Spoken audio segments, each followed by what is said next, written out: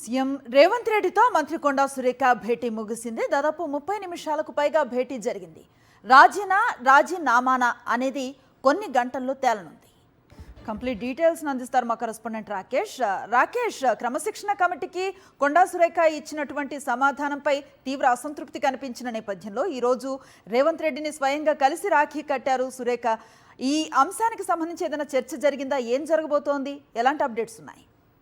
కాసేపటి క్రితమే సీఎం రేవంత్ రెడ్డితో మంత్రి కొండా సురేఖ భేటీ ముగిసింది. దాదాపు 30 నిమిషాల పైగా ఇద్దరి మధ్య సమావేశం జరిగింది. అయితే ఈ సమావేశంలో మంత్రి సీతక్క కూడా ఉన్నారు.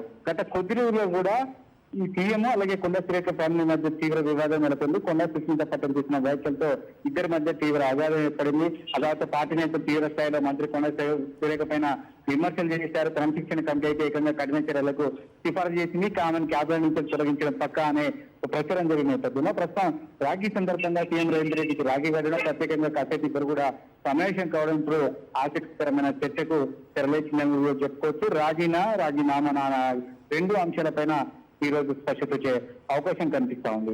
ఈ నేపథ్యంలో ఎలాంటి నిర్ణయం తీసుకుంటారనే ఒక ఉత్కంఠ అయితే నెలకొందని చెప్పుకోవచ్చు. అయితే కొండా సురేఖ ఇంటి దగ్గర కూడా ఒక కోలాహలం నెలకొంది. పార్టీకి సంబంధించిన ముఖ్య నేతలు కూడా అడిగి వెళ్లే అవకాశం కనిపిస్తా ఉంది. ఆమె మీడియాతో ఈ అంశం మీద మాట్లాడతారనే ఒక చర్చ కూడా జరుగుతున్న నేపథ్యంలో ఏం మాట్లాడతారనే ఆసక్తి కూడా అందరిలో నెలకొని ఉందని చెప్పుకోవచ్చు. గతంలో కూడా కొండా సురేఖ కూతురు కొండా సుస్మిత